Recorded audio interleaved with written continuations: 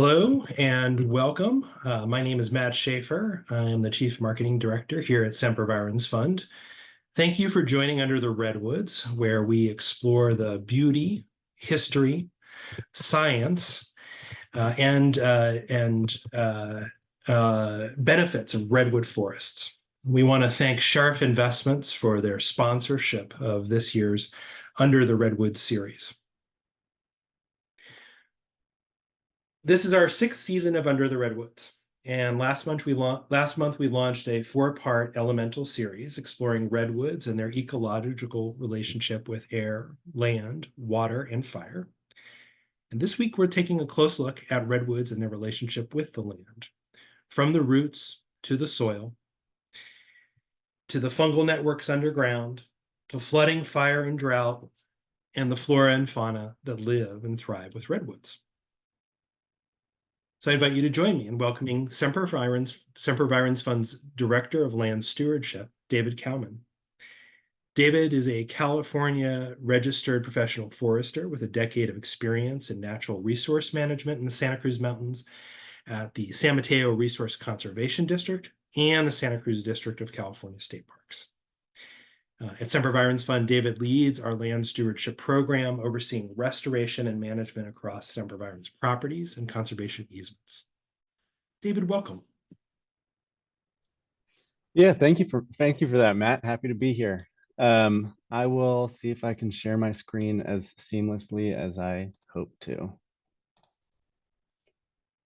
Okay, hopefully everyone can see my screen right now. Give me one moment to move some things aside.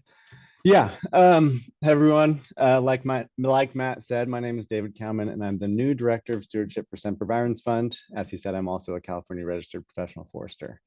So today I'll be talking broadly about the terrestrial ecology of the Coast Redwood Range with a very specific focus on the Santa Cruz Mountains.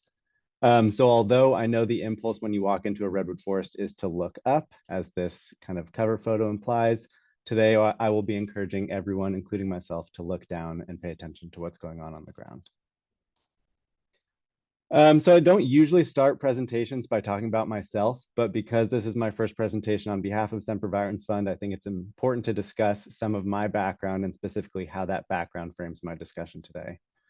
I've been with Sempervirens Fund for almost 3 months, so I'm relatively brand new. Prior to that, I was with the San Mateo Resource Conservation District for about 4 years, first as a project manager, and then as a forest ecologist and district forester. And then prior to that, I was with California State Parks in the Santa Cruz District, both working as a member of the Natural Resource Program, as well as pursuing my graduate degree looking at the effects of prescribed fire on old growth coast redwood stands in Big Basin State Park. Before that, I did some trail maintenance for the National Park Service in Marin and San Francisco and San Mateo counties. Before that, I was an agroecology undergrad at UC Santa Cruz. And then before that, I was spending my summers commercially salmon fishing with my dad off the coast of Marin County. All that's to say, my background is diverse and very much non-typical for a forester in the Santa Cruz Mountains. That said, for the better part of the last 10 years or so, I've been exclusively focused on coast redwood systems in the Santa Cruz Mountains, and specifically the effects of disturbance on those systems. So my presentation will broadly be on the terrestrial ecology of the region, but you'll figure out pretty quickly that I have a bias towards talking about how disturbance affects that ecology. So first off, what is terrestrial ecology? Terrestrial ecology focuses on land-based ecosystems.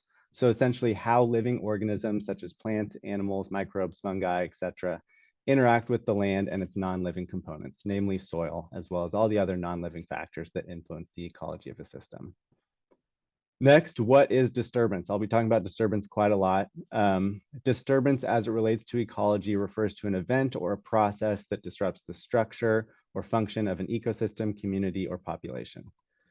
Disturbance can come in the form of a flood, a fire, drought, pests, pathogens, landslides. It can also come in the form of residential development, logging, trail construction, visitor use, a highway construction. There can be all sorts of disturbances with all different sources or components. Disturbance isn't inherently bad. In fact, it can be hugely beneficial and a net benefit. But the frequency, intensity, and type of disturbance in a large part shapes the ecology of a system and what plant communities and animal communities inhabit a given system. So what's so special about the Santa Cruz Mountains? Why have I spent the last 10 years or so working and living in the Santa Cruz Mountains? The Santa Cruz Mountains are near the southern extent of the Coast Redwood Range. So yes, redwoods do extend down into Monterey County, but those stands are typically isolated around creeks and rivers, seldom extending more than about 150 to 200 feet from a major creek or a major stem of a creek. The Santa Cruz Mountains are also home to the southernmost spawning stream for coho salmon, the southernmost breeding habitat for marbled murrelets, which are an endangered seabird that nests in old growth redwoods and Douglas firs. I won't be talking about murrelets because that would involve looking up. Today we'll be looking down. The Santa Cruz Mountains also have some of the steepest coastal gradients in North America, highly erosive soils, and are geographically disconnected by the Golden Gate from kind of the bulk of the redwood region in Northern California. As such, the Santa Cruz Mountains are a battleground for redwoods and their associated kind of plant and animal communities facing a changing climate. In this portion of the Redwood Range, we have more fire than in Northern California. We have more drought. We have slower tree growth. We have a dense urban population right on the other side of the Santa Cruz Mountains, which can exacerbate these same stresses that I just mentioned. The quote on the slide sums it up pretty well. I'm not going to read it exactly, but essentially the Santa Cruz Mountains are where Northern and Southern California meet.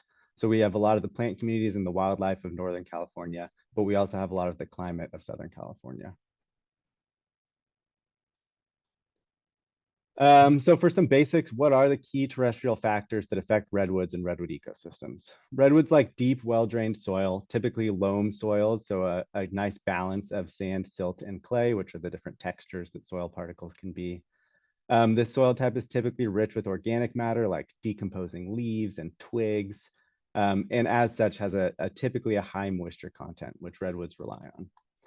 So one study in Big Basin Redwood State Park that looked at the effects of prescribed fire, hint it was my study, found an average duff and litter depth of about 5 inches for coast redwood stands that had not burned in the previous 80 or so years. So about a 5-inch mulch layer of organic matter on top of the soil surface. In stands that had burnt in the previous 20 or so years, that layer was reduced to about 3 inches. But there's still a healthy mulch layer on top of most soil surfaces in the Redwood Range. Duff and litter are much like mulch that you would put in your garden or you would find in your garden. It helps retain moisture. It can also limit the growth of understory plant species, both for better and for worse. Redwoods also grow mostly in soils derived from sandstone, so that's very prevalent in the Santa Cruz Mountains. If you've ever paid attention to the coastal terraces between kind of Santa Cruz and San Mateo counties, those were all underwater at some point on the ocean floor. That said, redwoods do not grow well in areas that are exposed to salt spray or with high sodium in the soil, so they rarely grow directly along the coast. There's usually a buffer between the ocean and where you'll find a redwood stand. And then finally, redwoods grow mostly in wet areas with high soil moisture, typically ranging between 18 and 86%, with the higher end of that range supporting bigger, faster growing trees. And then just the difference between duff and litter. Duff is usually partially decomposed organic material, and litter is the more recently fallen, kind of undecomposed plant material.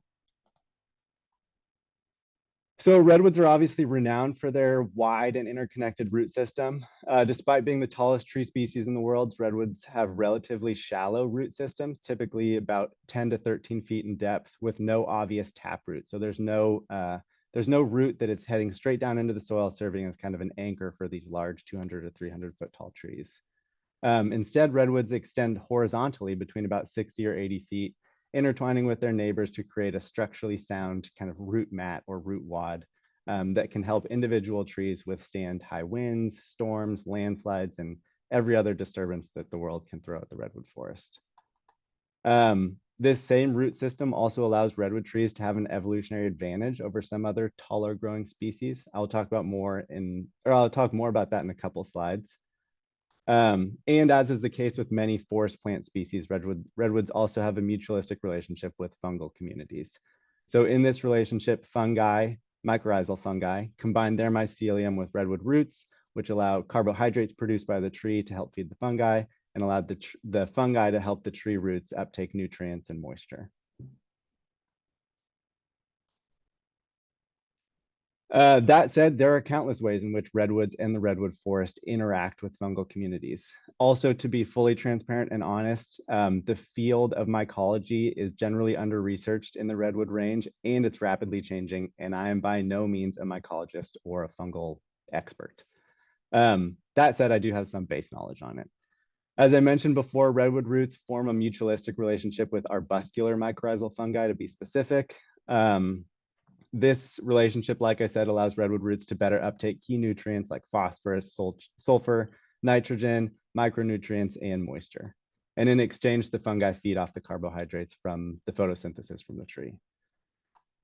This is often the most talked about relationship between redwoods and fungal communities, but it's only one of the relationships.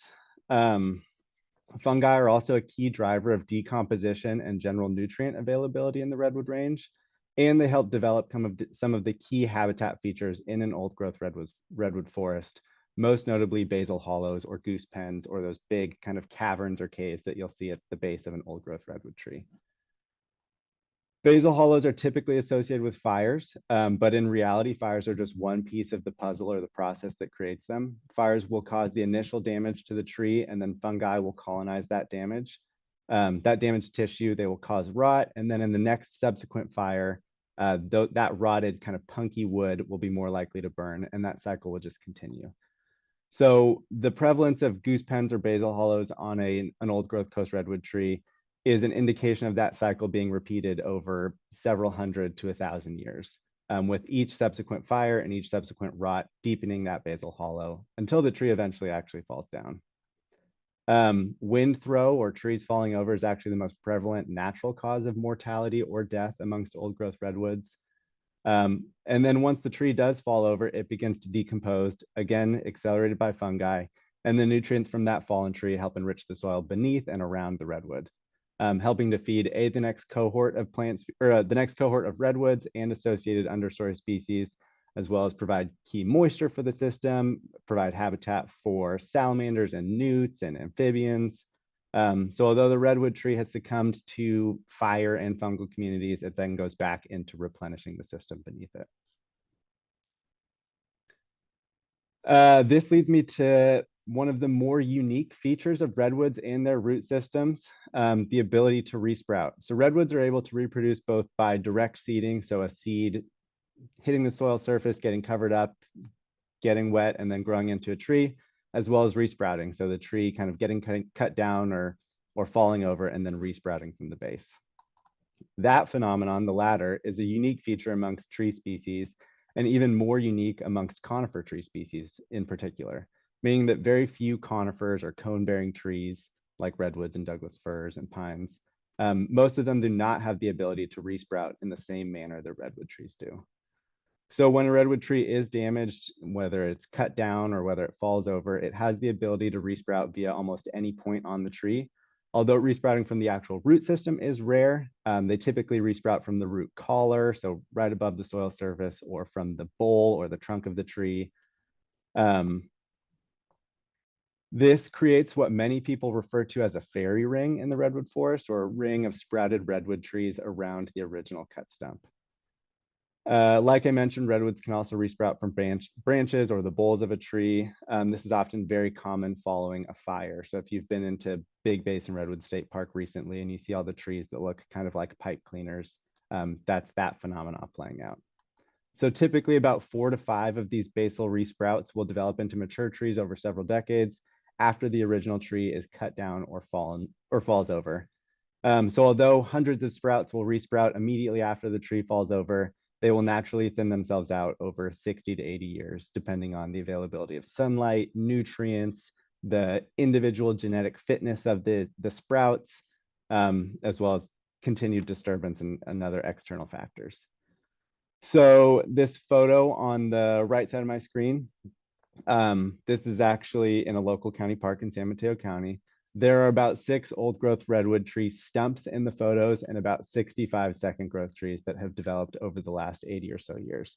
So this phenomenon is very common in the Santa Cruz Mountains. The majority of the Santa Cruz Mountains was clear-cut logged around the turn of the century. And the majority of what we have outside of the old growth areas are these dense stands of second growth redwood trees that are still actively competing with one another for canopy dominance, nutrients, sunlight, water, moisture, and all those other key resources that redwoods need. So the other more common for plants, but less common for redwood tree form of reproduction is via direct seeding, whereby a single tree or a single seed grows into a single tree. So although redwoods are fantastic sprouters, they are not fantastic at regenerating from seed, contrary to what this photo on the right shows. One reason is that redwood seeds have a low viability rate, often below about 15%. So maybe every 1 in 10 seeds can actually germinate into a tree. In addition, redwood seeds prefer bare mineral soil and a high moisture content. So if you remember my earlier slide on duff and litter depths, bare mineral soil is somewhat hard to come by in a redwood forest. It doesn't just happen by itself. A little bit later on in my presentation, I'll talk about a few of the situations in which bare mineral soil is available for redwoods. One hint is that it's almost always caused by some level of disturbance. So now I'll transition to talking about what some of those common disturbances are that impact redwood systems, and then particularly how they impact the terrestrial ecology of redwood systems. So what's going on the ground.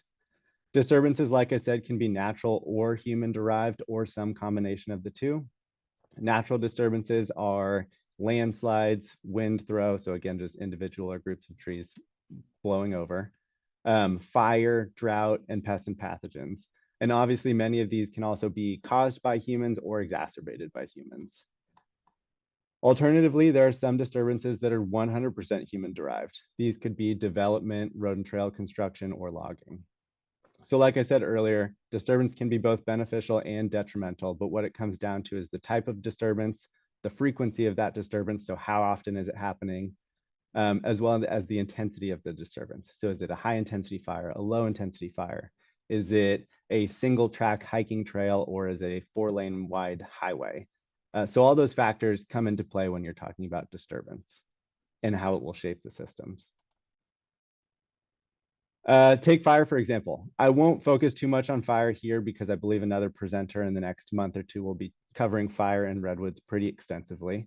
But fire is one of the more in-your-face disturbances in the Santa Cruz Mountains, especially as of late.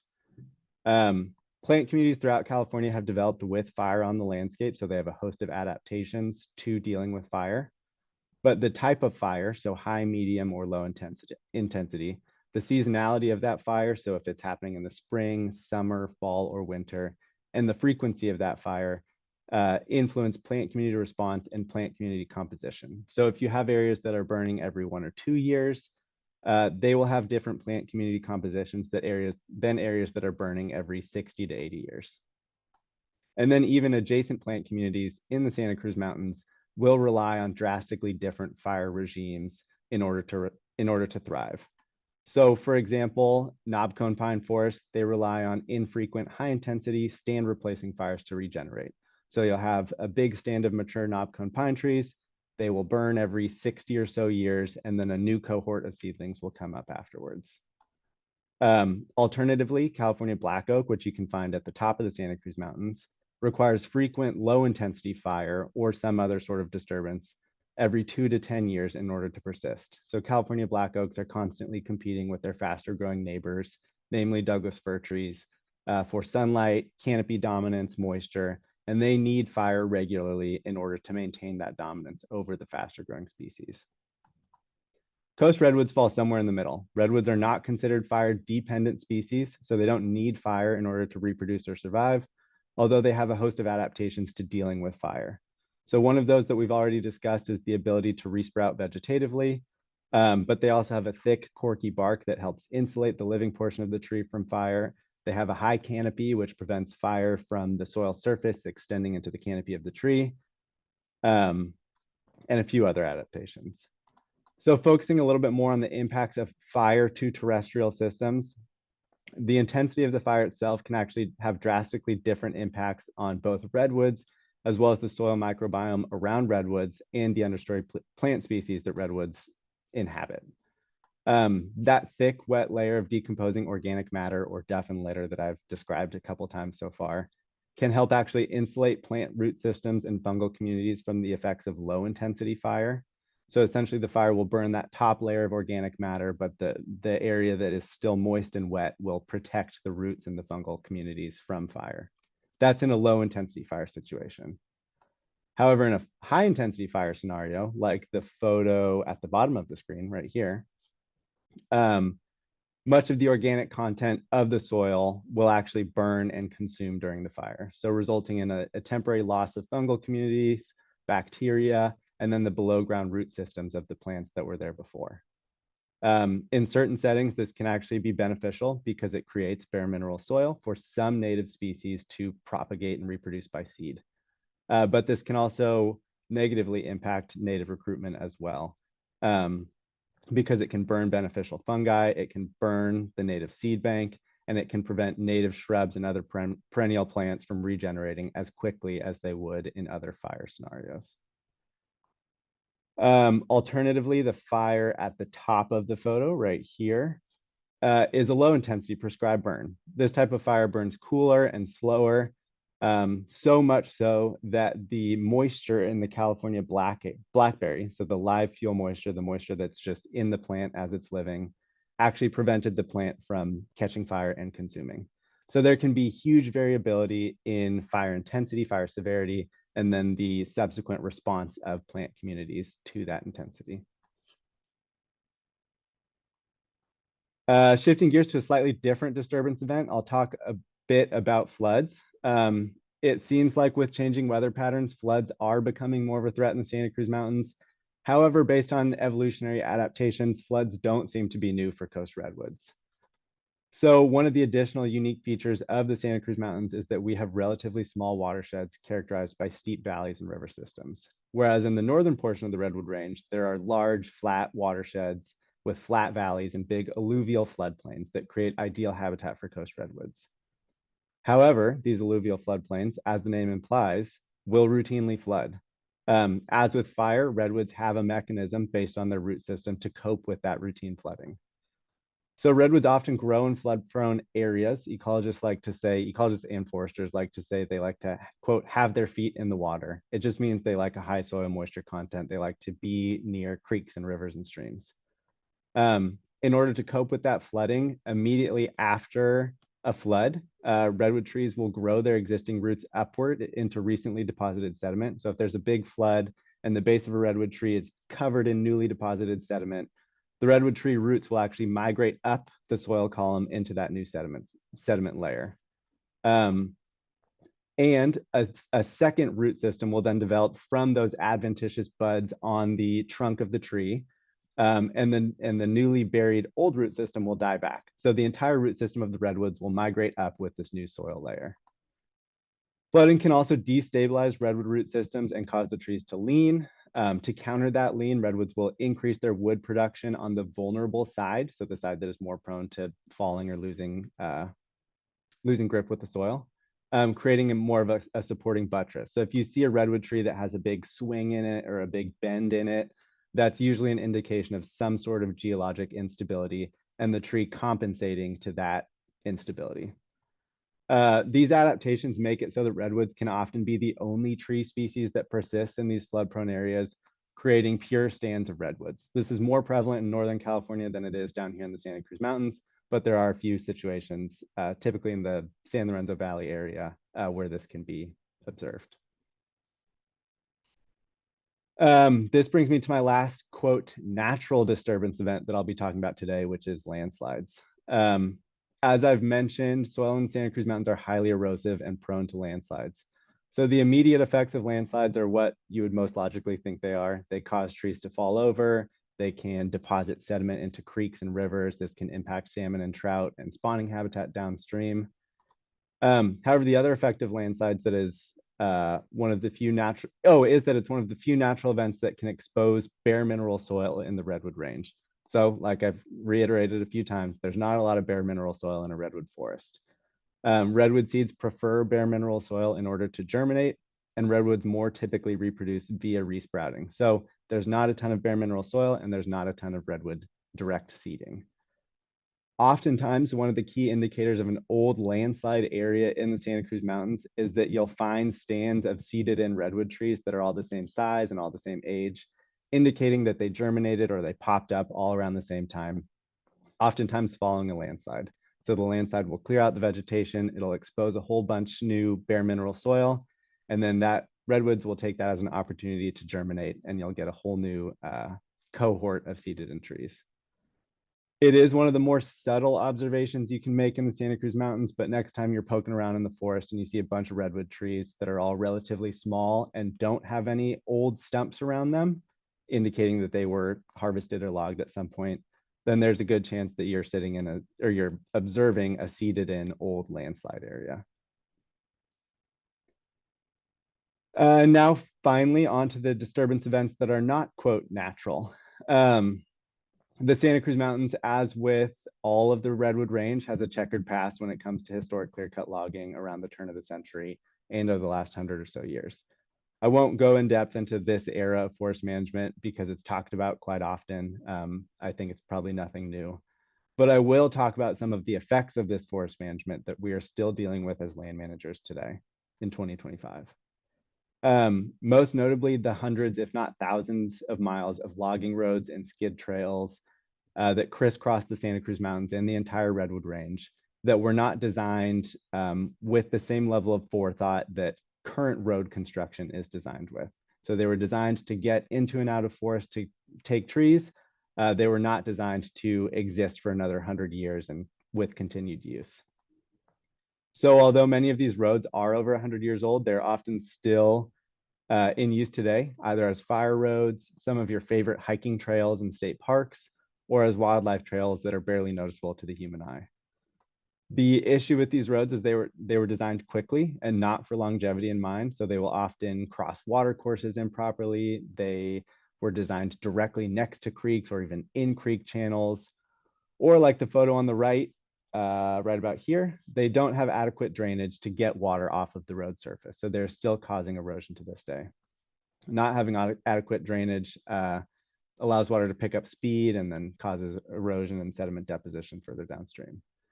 So like I mentioned, land managers are still dealing with old and ineffective logging roads and logging road infrastructure, and they continue to be one of the largest sources of sediment in creeks, even 100 years after they were installed. This brings me to my final step of set of disturbance events for the Coast Redwood Range, and that is current forest management practices. So remember I said that disturbance is neither inherently good or inherently bad. It depends on the frequency, the intensity of that disturbance, and forest management is no different. I could spend hours talking about the pros and cons of different forest management tactics, but for today, I'll keep it high level. That's probably a discussion for some later time. And instead, I'll talk about some of the factors that we as forest managers are considering when making a management decision.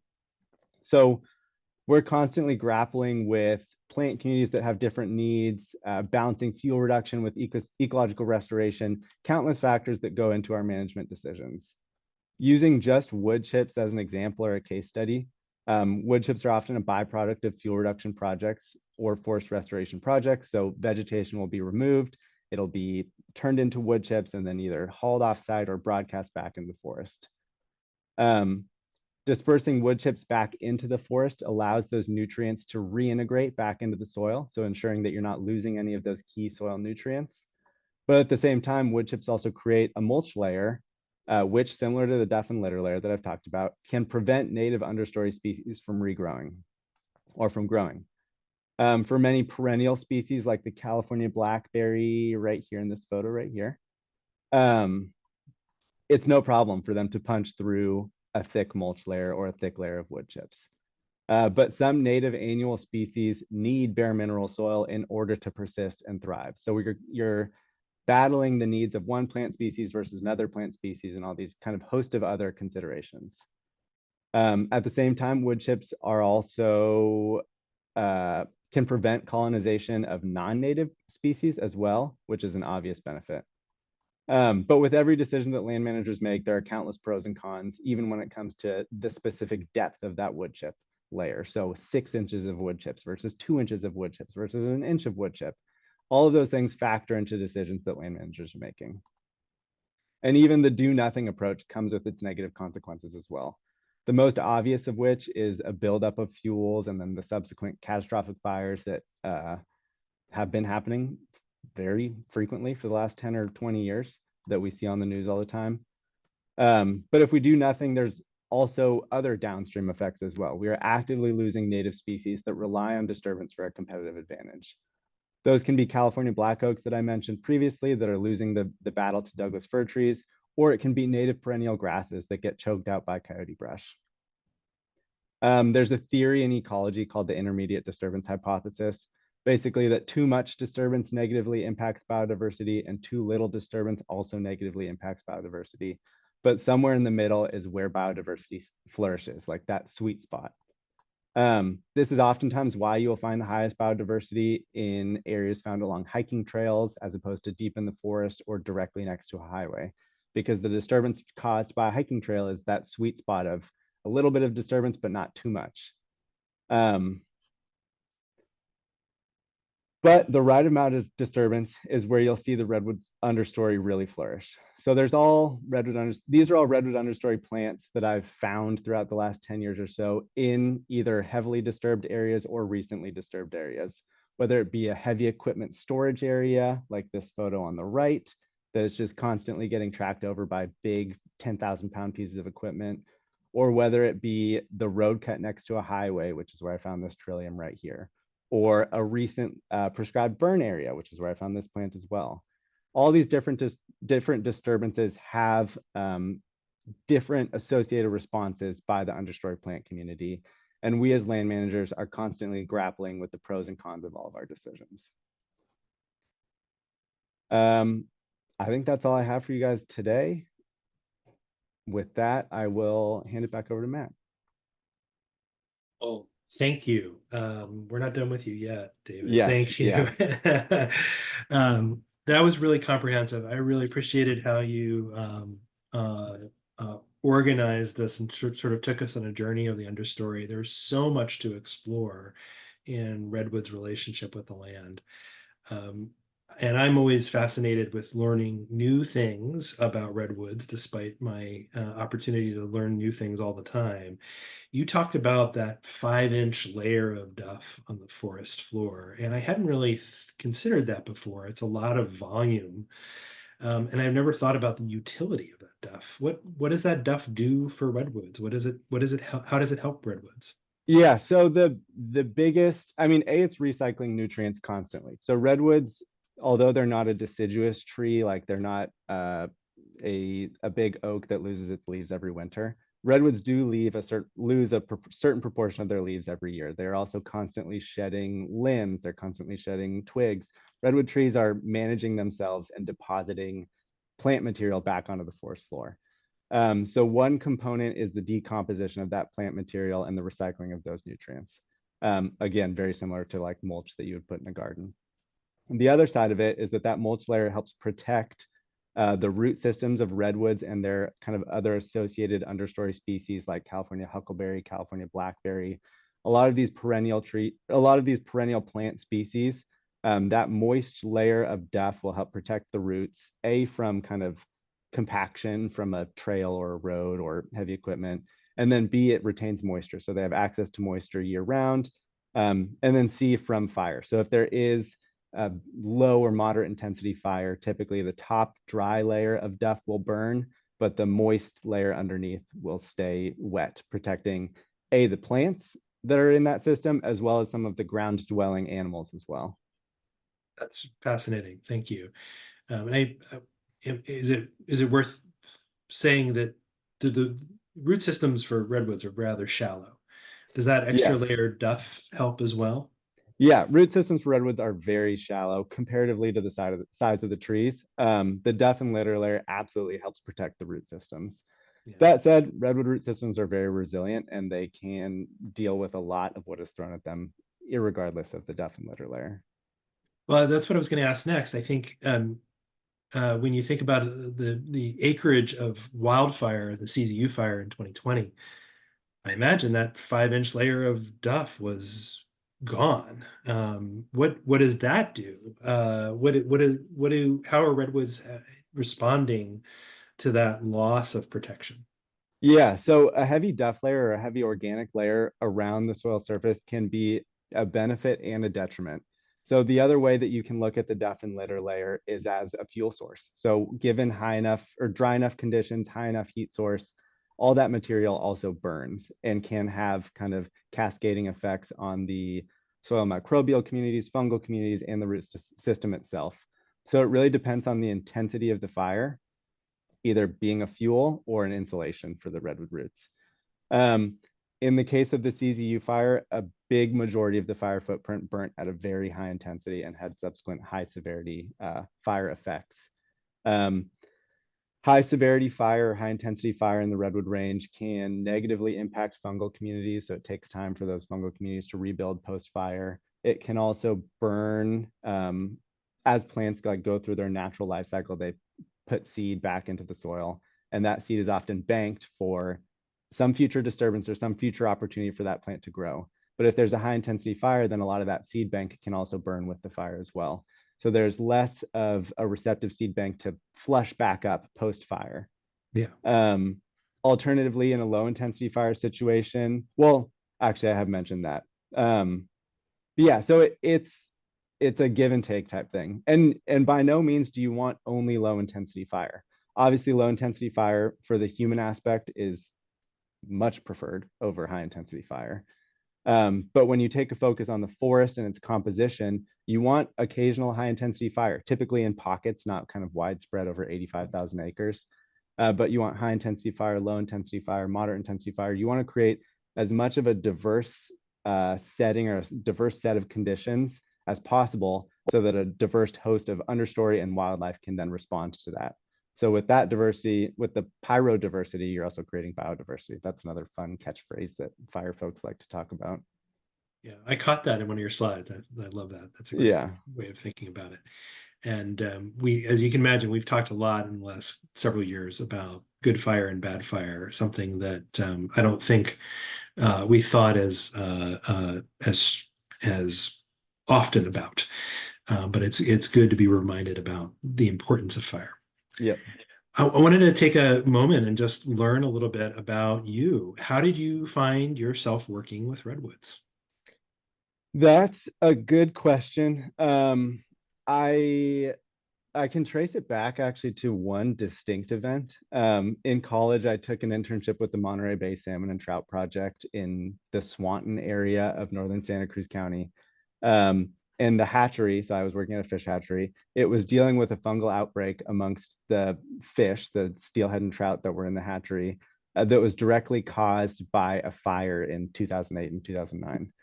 Um, and I remember the hatchery manager at the time being like, it'd be really interesting to go back to school and learn about fire ecology and how fire impacts systems. So that was what kind of like planted the seed in my mind that this was even a field of study that you could learn about.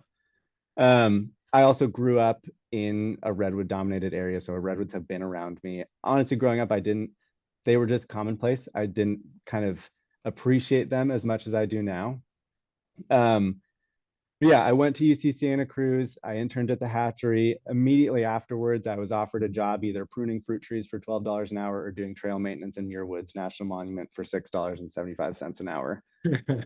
I ended up taking the trail maintenance job. I spent 3 months in Muir Woods working on building a retaining wall amongst big old growth redwood trees.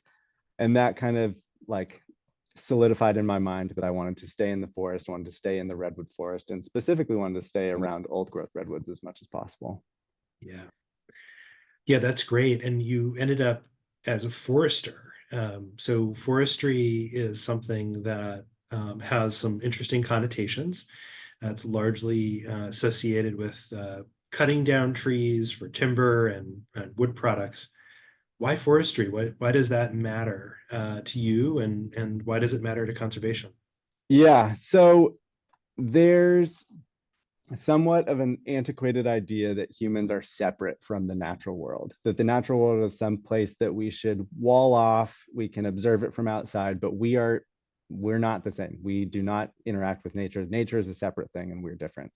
Um, that's not the case. Humans, especially on the Central Coast, have been interacting with the redwood forest and wildland systems for at least 11,000 years, having a very distinct and intentional shape on the plant communities, the wildlife communities, the landscape of these systems. So humans, at least in that 11,000 year period have been inextricably bound to landscape management. As of about 150 years ago plus, we drastically altered that through kind of the removal of indigenous knowledge and indigenous management, through wide-scale timber harvesting, through fire suppression, all these different ways that we've changed our humans' relationship with wildland systems. That said, we are still unintentionally affecting redwood forests, even if we don't think we are, by driving cars, by development, by suppressing fires. All these things have cascading effects on the redwood forest. In all forests. So what really impassions me is shifting the human relationship with forest back to a beneficial relationship where we can beneficially impact the composition, the biodiversity, the kind of resilience of the redwood forest. That's the mindset that I'm coming at from forest management. As far as actually becoming a registered professional forester, I do not have the typical background for a forester. Most foresters either went to Cal Poly San Luis Obispo, UC Berkeley, or Cal Poly Humboldt. I went to UC Santa Cruz. I didn't even get an undergraduate degree in forestry. I studied agroecology and sustainable agriculture. Okay. Hence why I got that job offer to prune fruit trees. But I immediately went into public land management, first with the National Park Service, then with state parks. And I kind of reframed how you look at forest management. And I was exposed to this field of forestry that wasn't focused on just the commercialization of wood. And I've kind of taken that and ran with it. And the reality is that the forest industry has a lot of experience in forest management and working in forests. And just because that experience is catered towards the commercialization of trees doesn't mean it's not valuable information, valuable tools and expertise that we can use for kind of ecologically focused, biodiversity focused forest management. That's super helpful. Thank you. And thanks for walking us through your background and your unusual pathway to forestry. So a lot of this conversation has about the relationship between redwoods and land was about disturbances. And we, obviously think about extreme ones like wildfire, but you talked about so many disturbances. One of my favorite moments was when you talked about how the redwoods roots would, move higher during flood to adapt to the extreme volume of water. Are there some other fun ways that you're seeing redwoods adapt and respond to natural and human-made disturbances? Yeah, I mean, redwoods are, they're a huge tree. So like obviously they're awe-inspiring, and that's why a lot of us gravitate towards redwood trees because they're huge. But they're also extremely unique in their ability to adapt to disturbance. Essentially any disturbance that you can throw at them, whether it's fire, whether it's flooding, whether it's landslides, whether it's pests and pathogens. They also are remarkably resistant to most pest and pathogen species as well. They have a huge host of adaptations, and it's constantly changing, and we're constantly learning new things about how redwoods can cope with these disturbances.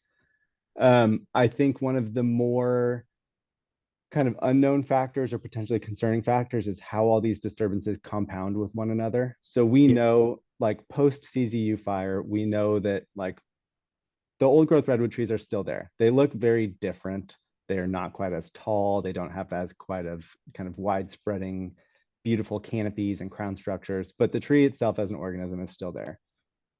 So we know that redwoods can handle some level of high intensity fire. What we don't know if redwoods can handle repeated high intensity fire, or if they can handle high intensity fire coupled with 3 years of drought, or high intensity fire coupled with like increased development or increased road installation or being next to a highway. It's all these kind of compounding intangibles that I think we are still learning. We're still actively observing how redwoods respond to that. So as far as the natural phenomena go, redwoods are equipped to handle it. It's more so the compounding nature of these different factors and accelerated kind of human input into those stressors. Yeah, so thank you. And you talk about stressors. I'm going to bring in a couple questions from the audience along the way here because I was curious about the acute stresses of climate change. We work in the Santa Cruz Mountains, it's the southern end of the Redwood Range. What are you seeing as how redwoods are responding to and maybe even adapting to the stressors of increased heat, more flooding, more drought, more frequency of fire. Yeah, I think one of the less noticeable kind of changes in weather patterns or climate related changes that will and is affecting the redwood system that we don't notice as much is the reduction in coastal fog over the summer. So fog, redwoods exclusively exist naturally within the fog belt. They rely on fog for kind of summer moisture retention, summer moisture uptake. Like that's what allows them to grow so big and tall, is that they have this constant base level of moisture through fog. If you ask a climatologist or meteorologist, you'll learn that coastal fog is reducing and has been reducing over the last 10 or 20 years. So redwoods are losing that input of moisture over the summer, which is causing just an additional base level of stress for the redwood trees. I think we will continue to see how that plays out over time. People can make guesses on how that will impact redwoods, but in reality, it's more of a slow burn than like a fire is. The other big stressor is kind of discrete drought events. So if you were to kind of drive on Highway 35 through the Santa Cruz Mountains in 2020, 2021, and 2022, you would have noticed that the canopy of redwood trees in the fall was a different color than it normally is. Yeah. Yeah, it was not that kind of beautiful dark green of redwoods that we like to see. There was kind of a homogeneous brown hue to most of the redwood canopy. And that was a very kind of scary realization for a lot of ecologists, foresters, land managers, hikers, people who spend a lot of time looking at redwood trees. And then so that discrete drought event coupled with the big CZU fire made the response of redwood trees somewhat uncertain. The other kind of key thing that we are dealing with in the Santa Cruz Mountains, like I mentioned in the presentation, is that we have more fire, we have more drought, we have more influence from pests and pathogens than the majority of the redwood range. So Humboldt, Del Norte, Mendocino, Sonoma counties, they are typically wetter, they typically have less fires, they typically have less drought. We are in the Santa Cruz Mountains, we are truly like the battleground against climate change for redwoods. Wow. Monterey County is a bit of an indication about where things could go. So there are still redwood trees in Monterey County, but like I said, they're focused on those wet areas. That typically has to do with availability of moisture, but it also could have to do with the prevalence of fires. So if there are repeated fires on the ridge tops, then the redwood range might start to narrow down into those watersheds. So yeah, we will see over time kind of how the Santa Cruz Mountains redwoods respond to that. Yeah. And when we talk to ecologist Jim Robbins next month about redwoods and water, I suspect we'll talk a little bit about that that shift as those stressors take hold. Yeah. Thank you for walking us through that. Um, uh, what's encouraging to you about how redwoods can adapt to these stressors? I mean, redwoods in and of themselves are just a remarkable species, just their ability to adapt. So, although there are a lot of unknowns for us, I still have a lot of optimism that redwoods will continue to persist. So that's the biggest source of optimism. Another kind of encouraging thing is just the constantly shifting field of forestry and forest ecology. Um, like I mentioned, kind of the timber industry has dominated forest science and forest management over the last 100 years. And right now we're seeing a kind of a resurgence of proactive forest management, learning from the kind of goods and the bads of the past and applying it in a beneficial way explicitly for the redwood ecosystem. Um, so the resurgence of the field of forestry is really exciting. I'm probably biased because I like got my master's degree looking at forest management and stuff, so that's really what interests me. Um, but yeah, I think that's encouraging and kind of just the level of collaboration amongst all stakeholders in the redwood forest towards some future that benefits redwood forests in and of themselves. I also find that encouraging. That's a big job. Yes. I want to make sure I get to some of the fun questions. We've gotten a lot of questions in the chat. I love this one. Someone asked about redwoods and how they resprout and sprout, that the root remains alive. How long? I mean, if an individual tree can last, up to 2,000 years or so, I'm guessing the roots will also endure for that long, or for some, incredible length of time. What do you think? Yeah, I will not have a great answer to that. I think you'd have to consult like a redwood geneticist or something, or someone who can carbon date how old the individual organism is. But I have to imagine they can live for several thousands of years. Like you said, if an individual tree can be over at 1,000 or 2,000 years old, then the root system itself must be able to be older than that. There's still a lot of unknowns about redwood trees. Like there's recent research that just came out of Big Basin post fire that shows that as redwood trees resprout, the actual carbon that like the carbohydrate energy source for that resprouting can be decades old. It can be carbon that was stored by the tree 50 or 60 years ago that is like triggered to resprout now post fire. Yeah. So there's just constantly new things we're learning about redwood trees.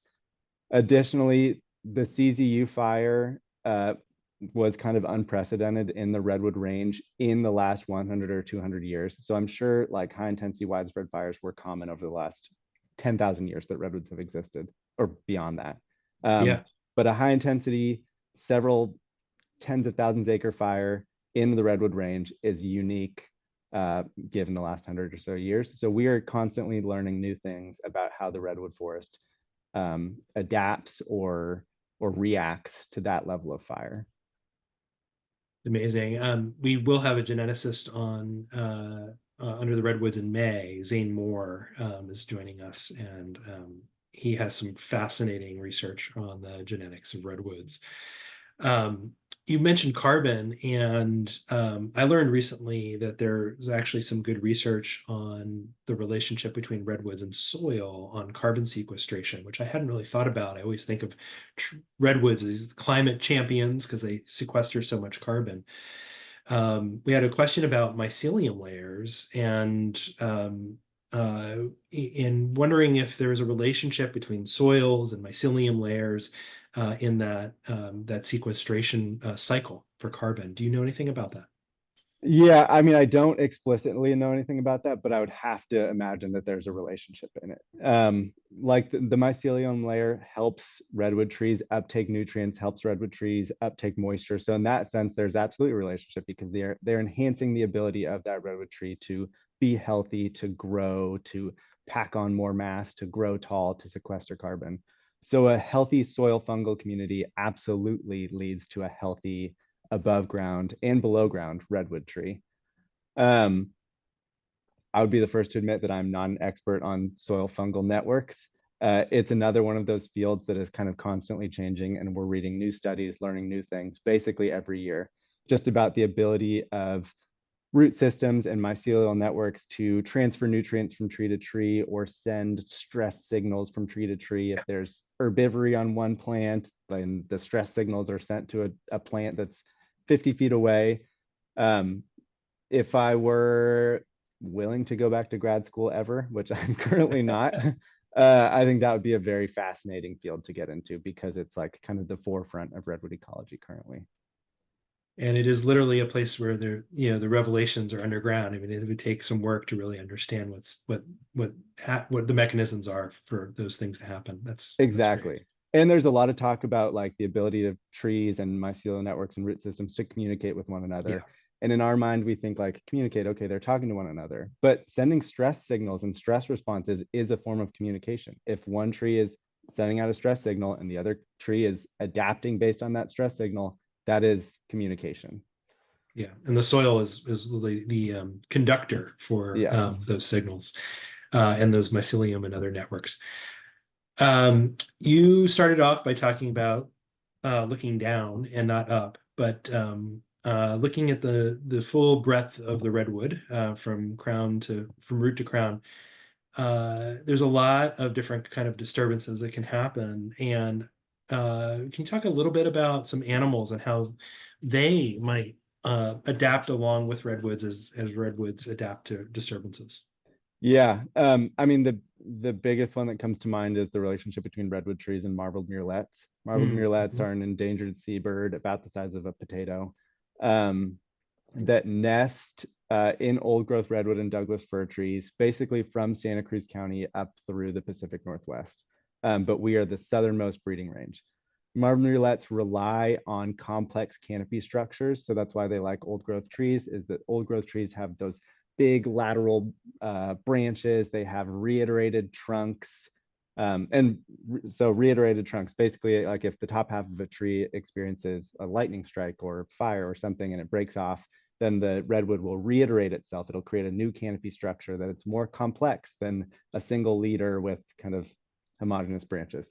All that's to say, marble murrelets are currently at the forefront of land managers when they're thinking about increased disturbance and impacts to wildlife, because Big Basin was a huge kind of marble murrelet nesting habitat. There was 4,000 to 5,000 acres of old growth redwoods, southern extent of the range. And all the canopy loss in Big Basin is having real world effects on marble murrelet nesting habitat. So we are currently seeing marble murrelets kind of shift where they're breeding. There's historic areas that they have bred in for the last 20 years that are getting really low numbers now.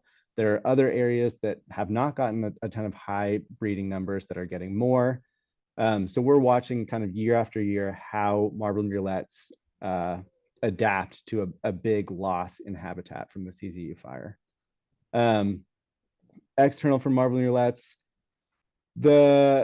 some wildlife people will say that the redwood forest is kind of uninteresting when it comes to wildlife. I would push back on that. There's a whole host of kind of salamanders, newts, and amphibians that inhabit the redwood range or adjacent to the redwood range in watersheds.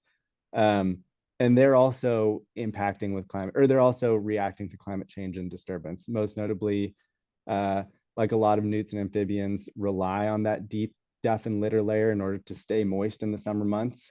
Well, in the CZU fire footprint, there's not a ton of duff and litter layer anymore for them to stay moist in. The other thing is large woody debris on the forest floor is typically, so like big logs on the forest floor, is a haven for a lot of these understory species that either rely on moisture or need some sort of cover to protect them from wildlife. So in areas where all of that large woody debris is removed, that's another stressor on wildlife species. So in order to create kind of ideal habitat, you need as many different things going on as possible. You want some bare mineral soil, you want some not bare mineral soil, you want large wood, you want big standing dead snags, you want as much going on. Amazing. David, we could talk to you all day, I'm sure, and I hope to have you back again on a future webinar to talk about some of the other things that you've discussed. But really grateful for your time today. Thank you for introducing us to the relationship between redwoods and land. Just a reminder to folks, this webinar and all of our webinars are available on our website at sempervirens.org/under-the-redwoods. We hope you do join us in March when we look at the elemental relationship between redwoods and water with ecologist Jim Robbins. And of course, want to thank Scharf Investments for their support for this series again this year. We're grateful for their ongoing support. David, thank you, and really appreciate it. Yeah, thank you. This has been great. Great. See you all soon.